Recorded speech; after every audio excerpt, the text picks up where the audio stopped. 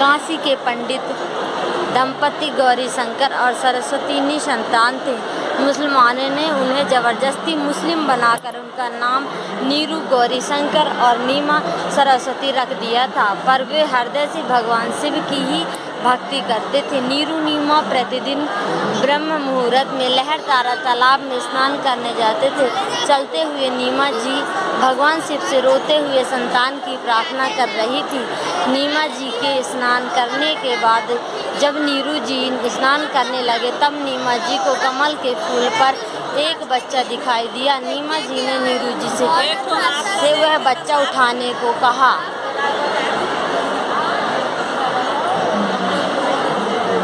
नीमा जी के बार बार कहने पर नीरू जी ने कमल के फूल पर विराजमान परमेश्वर कबीर जी के नवजात शिशु रूप को फूल समेत उठाया और नीमा जी के हाथ में दे दिया।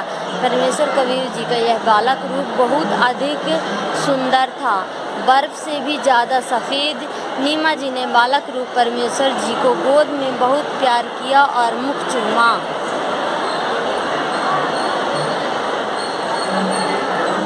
ऋषि अष्टानंद जी ब्रह्म मुहूर्त में देखी हुई उस दिव्य घटना का शंका समाधान करने के लिए अपने गुरुदेव के पास गए। स्वामी रामानंद जी ने लोकवेद के आधार से कहा कि ऐसी घटनाएं जब होती हैं जब ऊपर के लोकों से कोई देवता या ऋषि धरती पर लीला करने के लिए आते हैं। अब वे किसी माँ के गर्भ से जन्म लेंगे और यहाँ लीला करेंगे। लेकिन रामानंद जी यह नहीं पता था कि पूर्ण परमात्मा कभी माँ के गर्भ से जन्म नहीं लेता। नीरू जी ने सोचा कि अगर यह बच्चा हमें अपने हाथ ले गए तो समाज आपत्ति कर सकता है, इसीलिए नीरू जी ने नीमा को बच्चा वहीं छोड़ने के लिए कहा। तभी परमेश्वर कबीर जी जो बालक रूप में कहा कि हे नीरू, आप मुझे अपने घर ले चलो, आप पर कोई आपत्ति नहीं आएगी, मैं सतलोक से चलकर तुम्हारे लिए ही यहाँ आया हूँ। जब नीरू नीमा जी बालक रूप परमेश्वर को अपने घर लाए तो पूरी काशी के लोग शिशु को कबीर जी के उस बालक रूप को देखने लगे, क्योंकि ऐसी सुंदर बालक आज तक किसी ने नहीं देखा था। महास्वर्ग के देवी देवता भी शिशु कबीर जी के उस मनमोहक दृश्य को ऊपर से देख अचंभित हो रहे थे। शिशु रूप परमेश्वर कबीर जी के नामकरण के लिए मुसलमानों के काजी आए। जब उन्होंने पवित्र कुरान शरीफ से नाम रखने के लिए पुस्तक को खोला तो पहला शब्द कबीर निकला। काजियों ने सोचा कि कबीर नाम तो बहुत पवित्र है, यह नाम गरीब जुलाहे के लड़के का नहीं रखेंगे। जब उन्होंने अगली बार पवित्र कुरान को खोला तो पूरी कुरान शरीफ में आयतों के स्थान पर केवल कबीर कबीर शब्द ही लिखे मिले और अल्लाह अकबर हूँ, कलयुग में मेरा नाम कबीर ही रहेगा। शिशु को बोलता देख काजियों ने कुरान का ही नहीं पटक दिया और चले गए।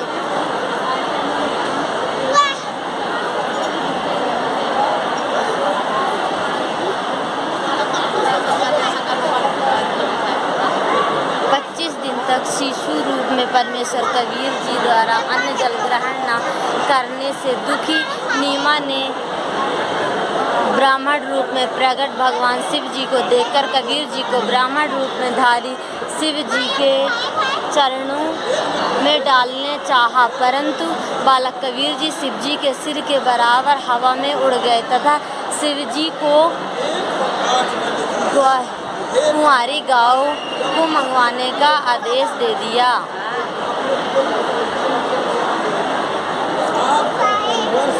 परमेश्वर कबीर जी की आज्ञा से शिव जी ने जैसे ही कुंवारी गांव की पीठ पर थपकी लगाई, उसके थनों से दूध की धारा प्रवाहित होने लगी, जिससे शिशु कबीर जी ने ग्रहण किया।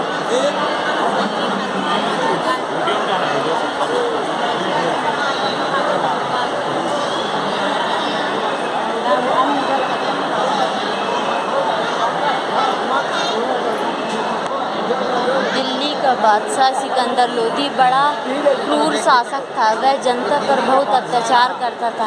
एक बार उसके द्वारा किए गए घोर पापों के कारण सिकंदर के शरीर में भयंकर जलन का रोग हो गया। शरीर बिल्कुल स्वस्थ दिखता था, परंतु अंदर से ही जलन का बहुत कष्ट रहता था।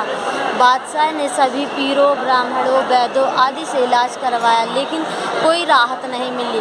तब किसी ने बताया कि काशी में कबीर नाम के महापुरुष हैं जो आपका रोग ठीक कर सकते हैं। बादशाह सिकंदर लोधी काशी आता है और काशी के नवाब वीर देव सिंह बघेल के साथ कबीर साहब जी से मिलने स्वामी रामानंद जी की कुटिया पर जाता है। 104 वर्ष की आयु में स्वामी रामानंद जी को परमेश्वर कबीर जी ने 5 वर्षीय लीलामय शरीर में अपना ज्ञान समझाकर सतलोक दिखाया था। उसके बाद रामानंद जी परमेश्वर कबीर जी के शिष्य बन गए थे, लेकिन कबीर साहब जी के कहने पर स्वामी रामानंद जी अभी भी कबीर जी के गुरु होने का अभिनय करते हैं। सिकंदर लोधी और वीर देव सिंह बघेल ने कबीर साहब के आने तक रामानंद जी की कुटिया पर आराम करने की प्रार्थना की।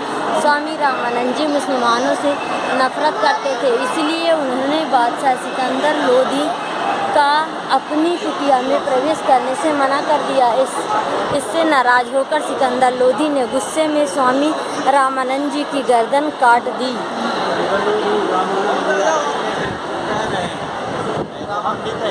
जैसे ही सिकंदर लोधी रामानंद जी की हत्या करते हुए कुटिया से बाहर आया, तभी परमेश्वर कबीर साहब जी आते दिखाई देते हैं। उन्होंने देखकर वीर देवसी बघेल और उसकी देखा देखी डर के मारे कि कहीं कबीर जी अपने गुरु की हत्या की खबर सुनकर श्राप न दे दे।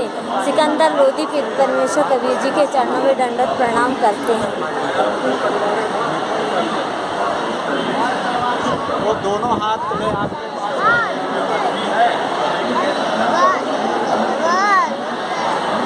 थोड़ा उधर जाना। परमेश्वर कबीर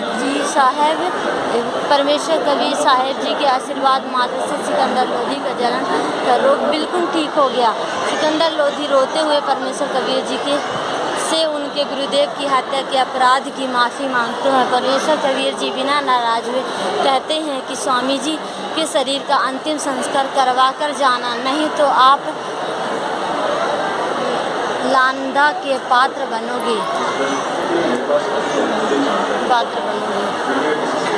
परमेश्वर कबीर जी ने कुटिया में जाकर स्वामी जी के चरण छूकर कहा कि गुरुदेव दिल्ली का बादशाह उसके दर्शनार्थ आया है, कृपया दर्शन दे। इतने में स्वामी रामानंद जी का कटा हुआ शीश उसके धड़ पर जुड़ गया और स्वामी रामानंद जी जीवित हो गए।